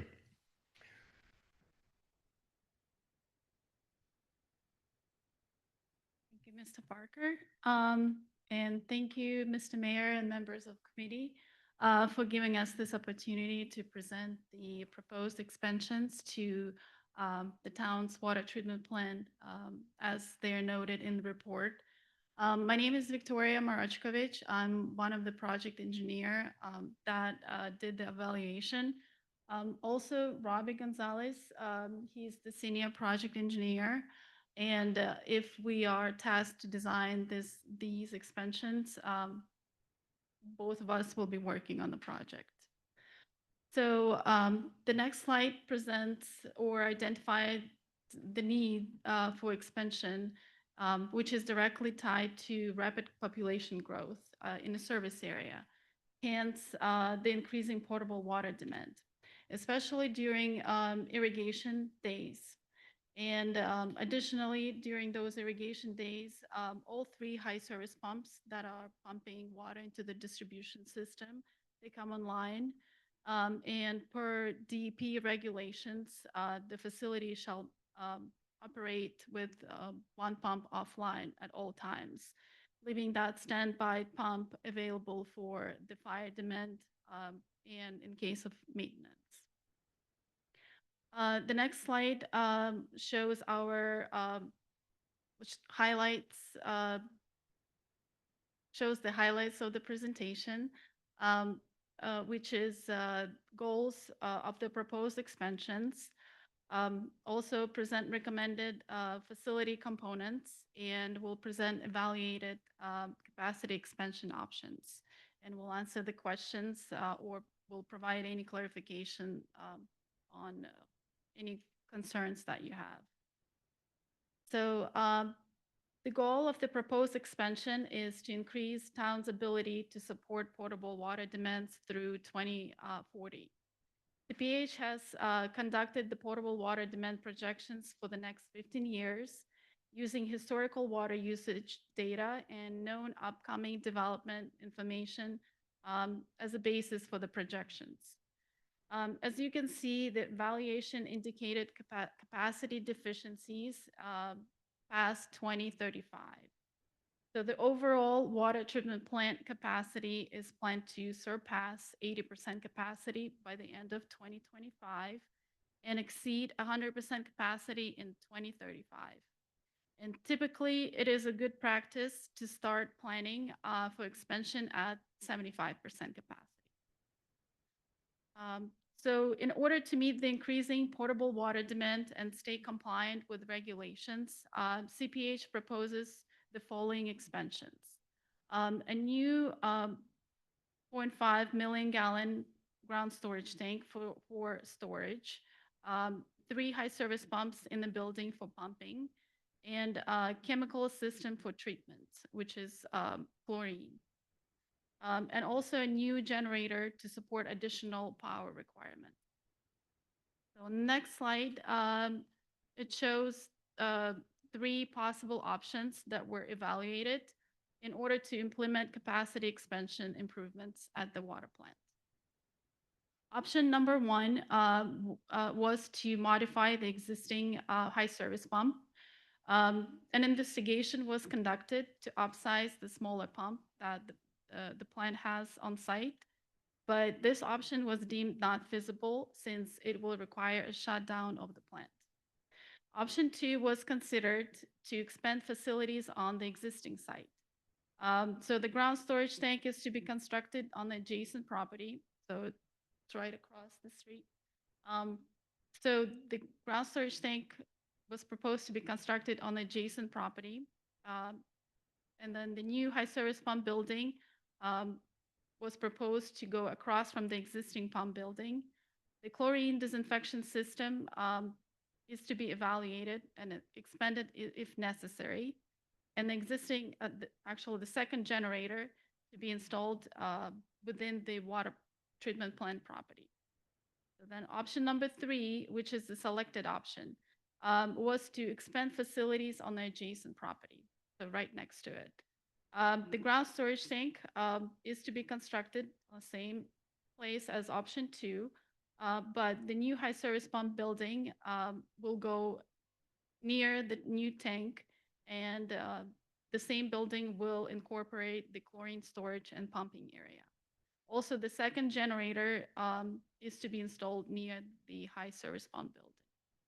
And the next slide presents the exhibit with a conceptual design. So it's a little small, but maybe you can navigate on the right. There's a big circle, red circle, 2 big red circles. That's actually circling the existing well. So those are the setbacks. So for the latest, I guess, the outside circle, we want to stay away from the outside circle with any domestic sewage. So it's okay if our ground storage tank on the right side is kind of encroaching in that circle. So we have ground storage tank, then driveway, and on the left side of the driveway, we'll have a high service pump building with a chemical storage and pumping area and a generator. So same slide, you can see the cost estimate, which is approximately 6.5 million. But we do have, CPH has experience in obtaining funding for municipal projects, and we can assist the town in exploring funding opportunities. And also the capacity evaluation technical memo that was prepared, that can be used as a basis for the state revolving fund program when we apply for funding. CPH also has experience in designing projects with similar scope and can begin and complete the design in timely manner. So the next slide presents our proposed schedule. That includes design, permit, bid, and construction of the proposed expansions, which is the total of 23 months. If town decides to pursue funding, the project will add approximately another 6 months and can be completed in 2.5 years. And if you have questions, we're here to answer questions or address any concerns that you may have at this time. Anybody have any questions? No? Go ahead. It's all preliminary, right? Yes. I read your report. I'm a nerd. I like reading stuff like this. So on the chart that you had up a minute ago, at the total number of water connections, and I think I asked the same question to Kimley Horn. It looks like from 2025, there's 2,023 connections, and in 2040, you're looking at 2,630 connections in that span of time, which is 607 connections roughly. That's what we're doing. So with knowing that information and knowing what our current infrastructure is and handles, are we beyond capacity right now, or will we be beyond capacity in 5 years, 10 years, 15 years? So the plant will reach or exceed the capacity in 2035. So that's what we have in our projections right What we have right now where we're sitting, so we have 10 years. Yeah, so if nothing is done in 2035, yeah, the capacity will be exceeded. And you wouldn't be able to connect anybody else on? We would be... Then the infrastructure- pressures will stop dropping, and yeah. The infrastructure wouldn't be able to handle. Okay. You take a shower, your water pressure won't be there. Yeah. What it is. Okay. So let me add just a little bit to that, Mayor. On the irrigation nights, that is our largest demand. When you talk about the regulatory rules, we have the water plant designed at a firm capacity, which is, your pumps with your largest pump out of service. And then you have the installed capacity. So we're actually running on the installed capacity right now on irrigation nights. And that's why, we believe this is critical. Right, right. So with the alternative water coming on, I can't remember the number. There's a certain number that will come off, right? Correct. Well, Yeah, there's about 300, maybe 310 that will come off. We just had a quick discussion before the commission meeting about how the timing and that was going. That is a number of years away. And we have the consumptive use issues too. So we've got a lot of different moving parts going on there. I think with these developments that I mentioned, those have been approved. They're in different stages of construction. Those houses are not even constructed yet. Those are coming, whether we like it or not. They're approved. Those other developments that are out there in the pipeline, I believe they will all have development agreements along with them. And as a part of those development agreements, we're going to have to ask for, assistance with You this. can bet we will. Yeah. Yeah, you can bet we will. Real quick, Gabby, I think on our impact fees study that we're doing right now, does it increase the water connection fees?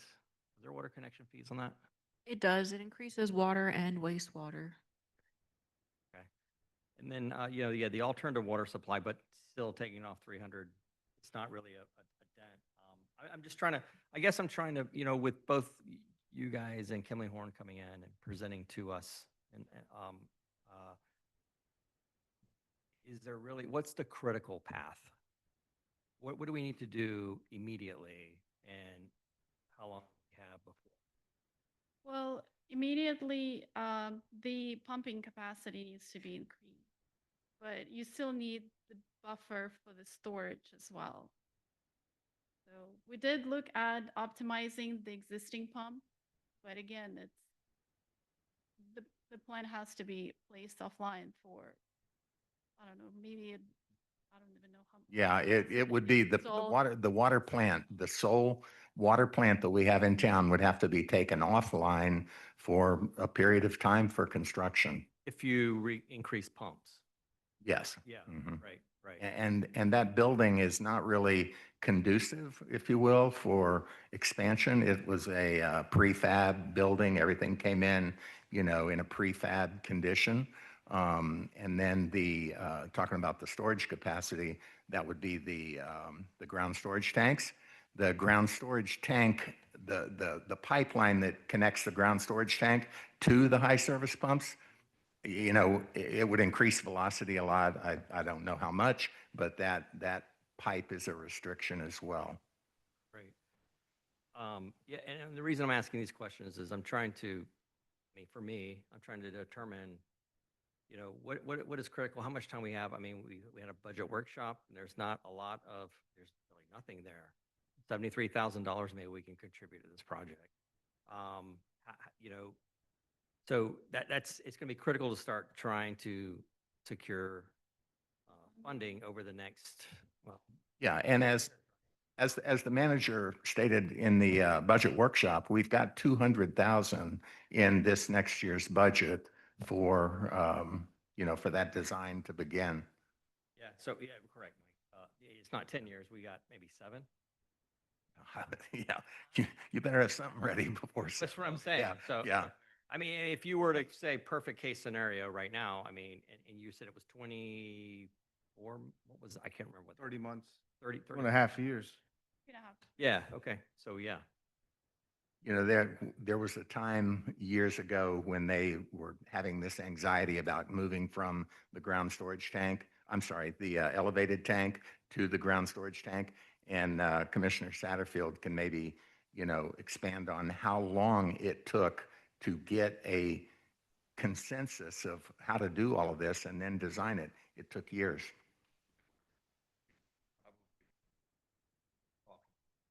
Yeah. I don't think we're behind the 8 ball. I think we're right beside it, That's the point, when you take that 10-year stretch mark and you take that 2.5 years off of it, to where that's 7 years plus, you know, we're again a couple years from getting to where we need to start that project. We don't do it very soon, we'll Right. run out. And that's what I'm trying to get at. Yeah. If you said, hey, tomorrow you have to do this, there's no way No. that you can do it. But if you're telling us that, hey, you have 6 years, you got to start putting a plan in place, or 5 years to put a plan in place, then, you know, that can work at it. I mean, if we could pull the trigger today, I think there's everybody sitting here would say, pull the trigger to have it maybe. And then the other thing I had is if you, and I asked this question as well, you know, not a ground storage tank, but is there a variable speed pump drive systems and water that you could use besides a ground storage tank that would just constantly feed that pressure? Is that a possibility compared to the storage tanks that you currently have here? We looked at the storage tank, but also when we size the storage capacity, we look at the fire flow, at the chlorine treatment, contact time. Also, it is per DEP rules, you have to design it with 25% max day capacity too. So storage is okay until 2035, but right now, all three high service pumps are running at some point, and just to meet the fire demand, it's good to have more pumping capacity. Victoria, we'd have to start before 2035. Yes. It's 101% here storage. If Joseph McMullen was here, he'd be talking about how important storage was to us way back then. It was a storage problem that we had, not a water problem. So we'd have to start way before 2035 because the capacity is 101. So we have to start at least in 2030 implementing this 30-month start. So, So 5 years from now. yeah, Yeah. actually, maybe even now, because we're past 75%. You Correct, really, correct. yeah, you really do. I mean, 5 years from now, you need to have something Yeah, constructed. the shovel in the ground. No, 5 you years need from to now. have it, yeah, exactly. Yeah, that's what I mean. Now, Mike, I was going to ask you on the water connections. Is this per unit, per resident, the water connections? It does not include irrigation connections. Those are potable connections. So it's commercial and residential potable connections. Because looking at this chart, 2025 has 2,023 connections. 2030 has 2,385. That's only a difference of 350. Those connections for the multifamily apartment mixed use on 4th Street and Tubb? See, that's considered one connection. Okay, that's what I wanted to know. That's You know, one when you're looking connection at- only, but that's a lot of consumption. Right. Of course. I can add to that. So when we looked at the multifamily apartments, we actually converted them into equivalent residential units. Mhm. Yeah. So the connections would be the equivalent residential unit. Yeah, and you use a calculation based on that ERU that Yeah. you're doing. Because I mean, you look at, Sal, going back to what you said, you get 2020, you know, just a short time ago, 5 years ago, 2020, there was 1,435 connections. In 10 years from now, we'll be up an extra 1,000 of that. So there's definitely a trend going that's there. So yeah, I mean, I think it's definitely something that's, I mean, has to be done. Oh, it has to be. Yeah, it I has to be wouldn't done. say You it's just- a, you know, 3-alarm fire right now, but, you know, we really need to be talking and thinking and possibly designing for it. Now, you mentioned helping us with money. Is that like grants or you guys know people that know people? We've done some state funding. Well, we requested the state revolving, I guess, funding through state revolving funding program. We can look into that and see if town would qualify for any funding. And we've done funding for planning. So right now we're in planning phase. So we can look into and request design loan with the state. And sometimes you do get, well, depending on the size of the community, the state allows principal forgiveness. So it would be a loan, but with principal forgiveness for design and then going into construction. What size do you typically see that as forgiveness in your past? 40-50% forgiveness. That was, oh, actually, I think we have another town, they've received 90% forgiveness probably. What was the population in water connections there, if you don't mind me asking, if you remember?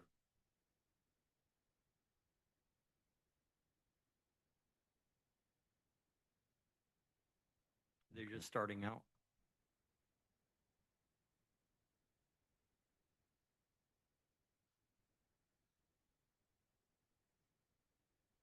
There are 800, 900 people, yeah.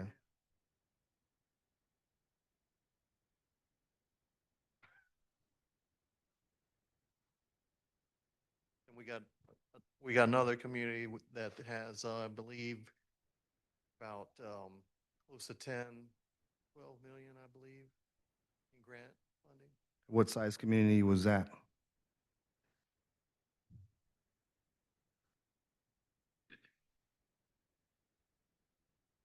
Okay. So there's a good chance that we can get small portion, not 90%, but Yeah, try. We have time right now to try. we have bigger cities that we got 40% and 50% forgiveness. You made a comment about the consumptive use permit and exceeding that consumptive use permit. What's that procedure look like and how do we increase that?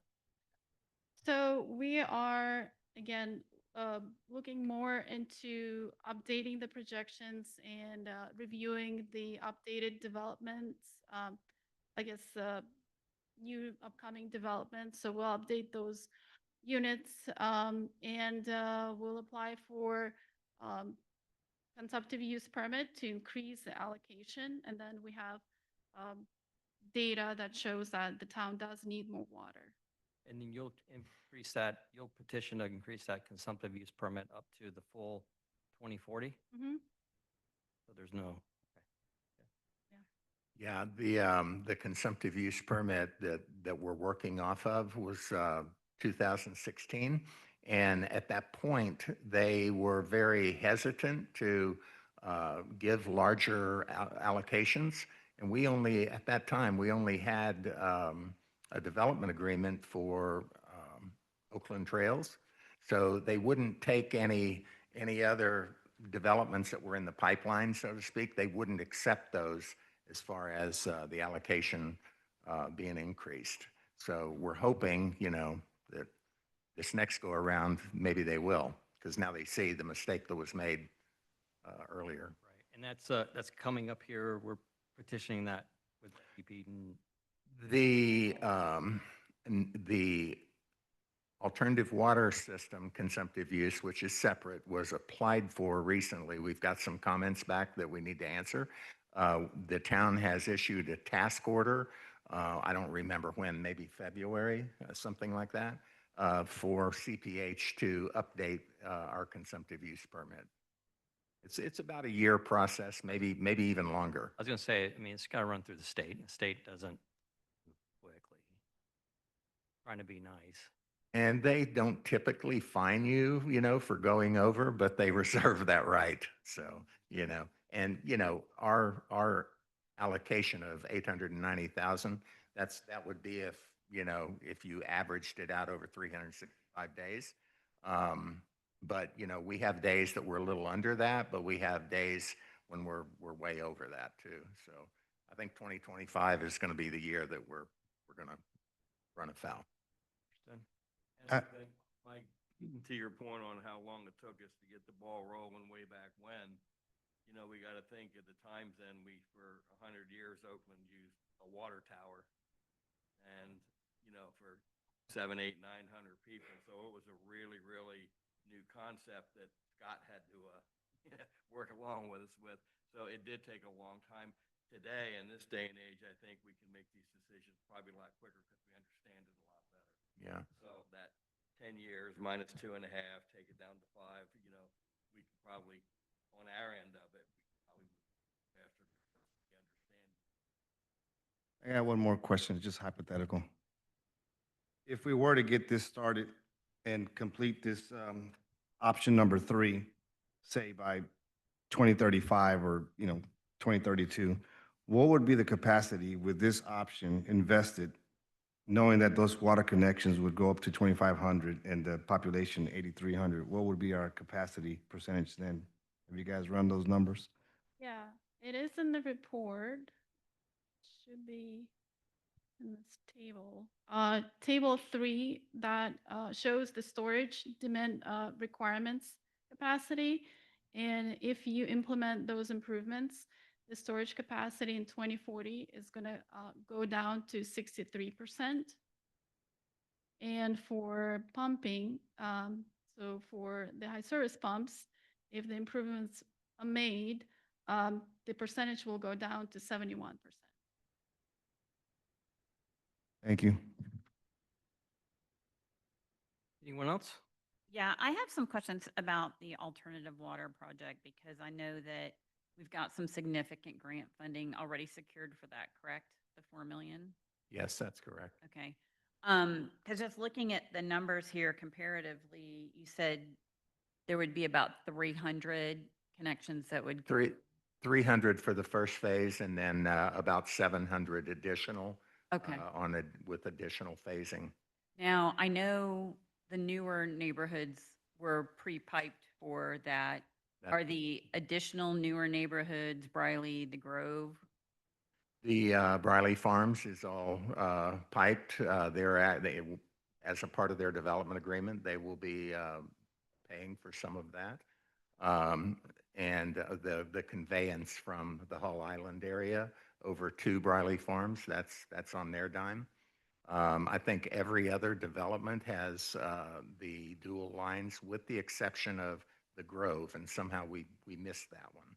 But every other new development that's came in has that, as well as commercial. Okay. I just wanted to make sure we're going to be getting a significant capacity reduction with that project, being that that's another $6 million project that we're talking about, because the numbers didn't make sense to me that we were looking at spending $6 million to get an additional roughly 600 connections for potable water, and we were only going to lose 300 to irrigation, but it sounds like it is much higher. So Good. Anyone else? Thank you very much. Thank you. Appreciate your time. Thank you. Okay. Moving on to the next item. Looks like public forum. So this is where we open it up to anybody who has any comments or questions that's not on the agenda tonight. There's a pretty full agenda. We have any takers tonight? Okay, seeing none, we'll close the public forum. And we'll move on to item 7 on the agenda, which is ordinances, and it's ordinance 2025-03. It's the first reading. An ordinance of the Town of Oakland, Florida, adopting Section 46-3, prohibition against public camping and public sleeping of Chapter 46, offenses and miscellaneous provisions of the Town of Oakland Code of Ordinances, providing for prohibitions against public camping and sleeping and for methods of enforcement, providing findings, intent, and definitions, and providing for codification, conflicts, severability, and an effective date. Okay, Chief? Excuse me. Yes, this goes in line with the new laws that were put in place with the state of Florida that public camping on public property, not private property, has certain requirements. And one of those requirements is that we have an ordinance. So Stephanie worked hard to get this on paper, and this is just the first step in what we're required to do under the law. But the officers here are currently exercising everything that they're supposed to be doing anyways, and extending it to providing resources and options to some of the homeless that you see around here that are even on private property. We're still giving them the resources and trying to get them the help they need. Anybody comments, questions about this? No? Chief, just a couple of things. So you did mention the homeless on the private property, and I know that there is debris or stuff on the right-of-way. Yes.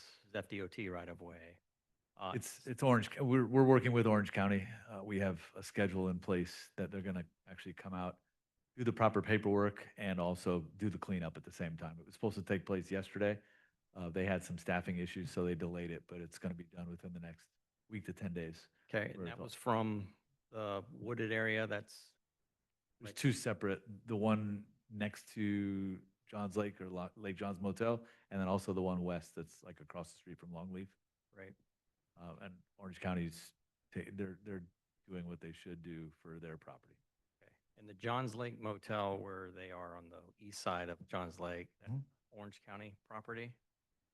Yes, it is, and we've been assisting them with it, but yeah, we've responded there several times for either fires or different crimes being reported and all that, so the jurisdictional lines are a little fuzzy there, but where they are at camping, I believe, is all Orange County's property. But Orange County's adopted the kind of the similar deal, so Orange County should be the one to kind of evict or trespass. And they will be, yes, yes, we're just helping them when they ask for help, but this particular ordinance is going to pertain to Oakland property, public property. So Yeah. Should somebody, for example, set up a camp right here in front of the fountain, Right. that's what this ordinance would address. Yeah, I get that, or Spear Park or Sure. wherever. I'm not trying to be insolent to the matter. I mean, it's a serious issue. Don't get me wrong, because a lot of it is mental health. It's not, or some of it's hard times. I mean, experienced it. I haven't experienced it, but I've seen it and work with it. But yeah, it's a terrible thing, and you just, the problem is there's no place for any of them to go, right? Or they don't want any help. Is what you kind of see sometimes with people. They're happy living out in the woods and doing what they do, I didn't notice on here, on the ordinance here, it's got penalties for violations like $50 fines and stuff. I doubt you'll like that, but you're kind of just, your job is to go out and say, hey, guys, Provide resources. move along. Yeah.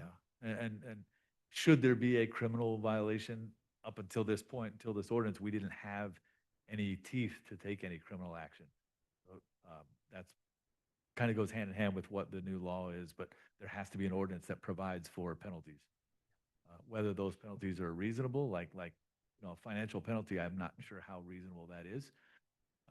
But yes, it puts in line the requirements for us to, it's not just take a van, sweep them up, take them to the jail. That's not helping the situation. So it's more puts in line for us to provide resources and direction for those who need it and are willing to take it. Right. And you do have a line in here. It says a warning notice may be issued in lieu of a fine.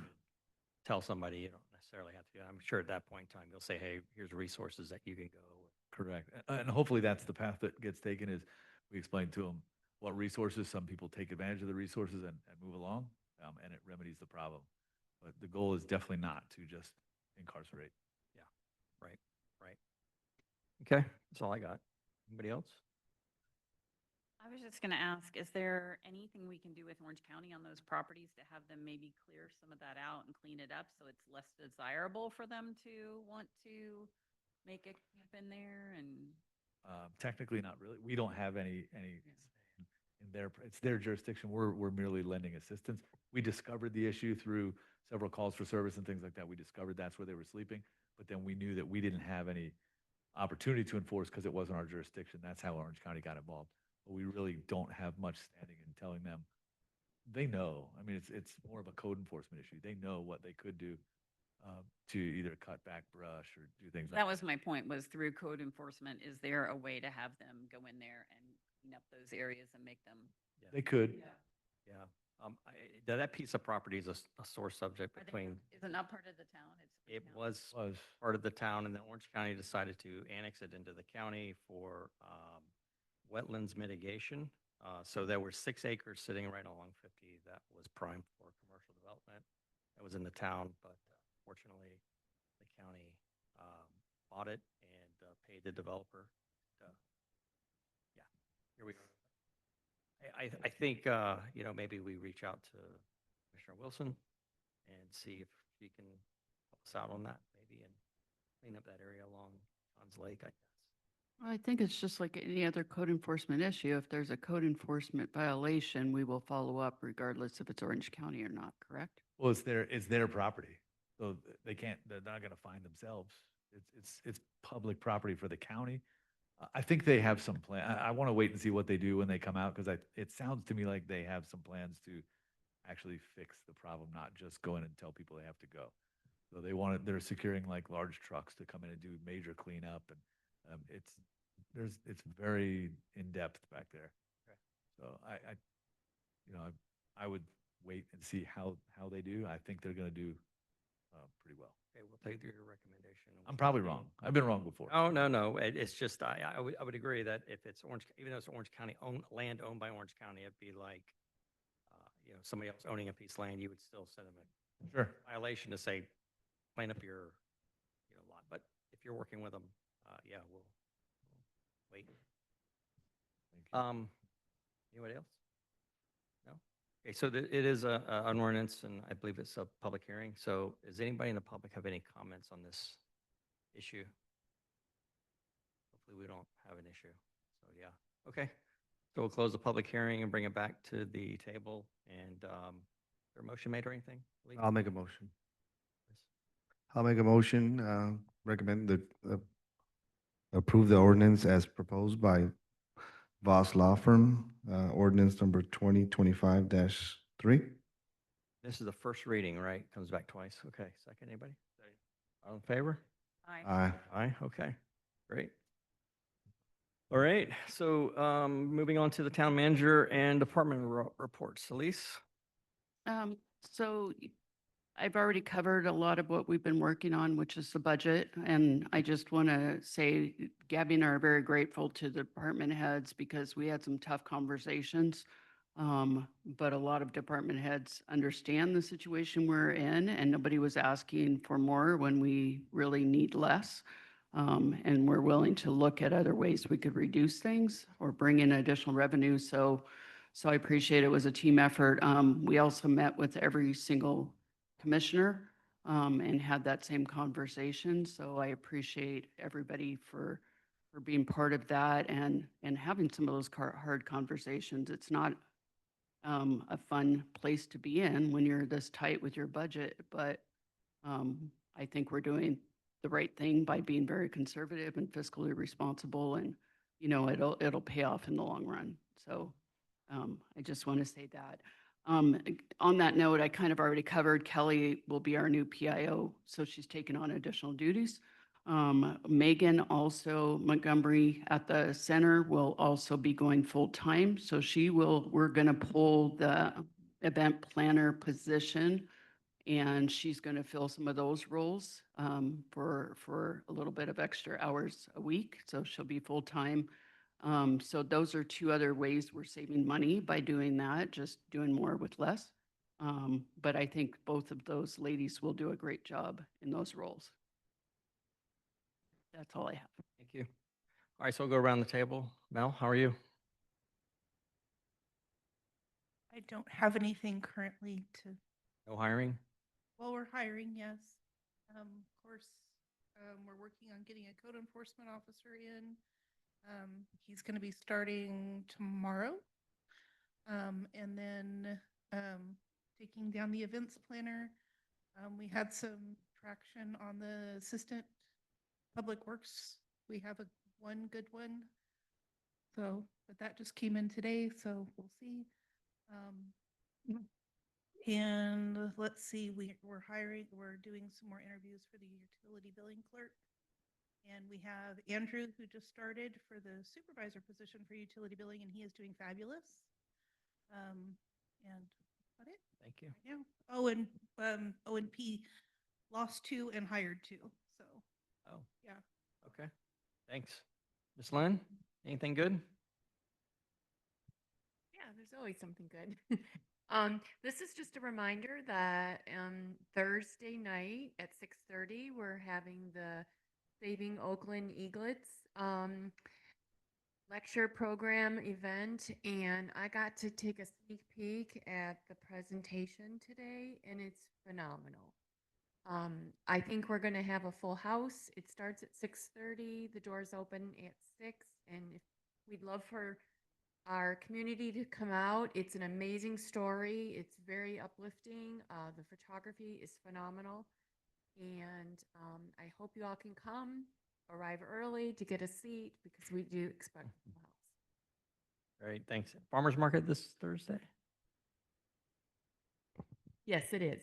All right. And just an FYI, to the residents, the farmer's market is going to take the month of July off. We have had, so last year, we were inundated with rain, which canceled many markets. And this summer, it's been the heat. And we've had a few vendors like literally almost pass out and just because of the heat and them being in the sun for so long. So we're going to take the 2 farmers markets off in July and then hopefully reconvene back in August. And general is closed. Yes, they have, they've been vacating the building. They were supposed to stay till the end of July, I mean, June, I'm so sorry, end of June. But they have started this week, to go ahead and remove everything from the building. They did announce on their Facebook page that it's closed. We're hoping to get somebody else in there, very soon and, bring a lot of good things back, to the community through that, little tiny concession stand. Tuned, right? Yeah. Yeah. Chief, we've heard from you a lot tonight. Okay. Same with Mike. Did it quickly, too, Chief, I have to say. I put all of mine in writing this meeting, so. I saw it, Mike. Thank you very much. Thank you very much. And then Gabby? Rude. Well, we worked on the budget, as Elise mentioned. The auditors have sent me the final draft for the audit a week before it's due. I have been stressing out, but hopefully I can get that signed and they'll be on track to present July 22nd at the second commission meeting for July. And they'll have all of that. It's looking pretty good, so I don't want to toot my own horn, but toot toot. And I was late for the budget meeting because I was at an FGFOA conference, which is like an association for finance people with the Florida League of Cities, and I was appointed to be a board member, so Desperate. I know you're in the presence of royalty. Or desperation. Or desperation, who knows? So, Congratulations, I guess. Good luck. yeah, I know, right? Yeah. It's a lot, it's a lot. So that's all I have. Awesome. Thank you. Commissioner Keller. Ramos? Also, myself, I've been nominated to be the vice chair of the Metro Plan, MAC. So now that I'm closer to the chair, sitting next to him, maybe I can get a little bit more, money this way towards our safety, using sidewalks or whatever we need. I'll start elbowing the share, what we need in Oakland. So that's all. Thank you. All right. Or Satterfield. You're good? I'm good too. Okay, let's call it. If all hearts and minds are satisfied, is 8:26 p.m.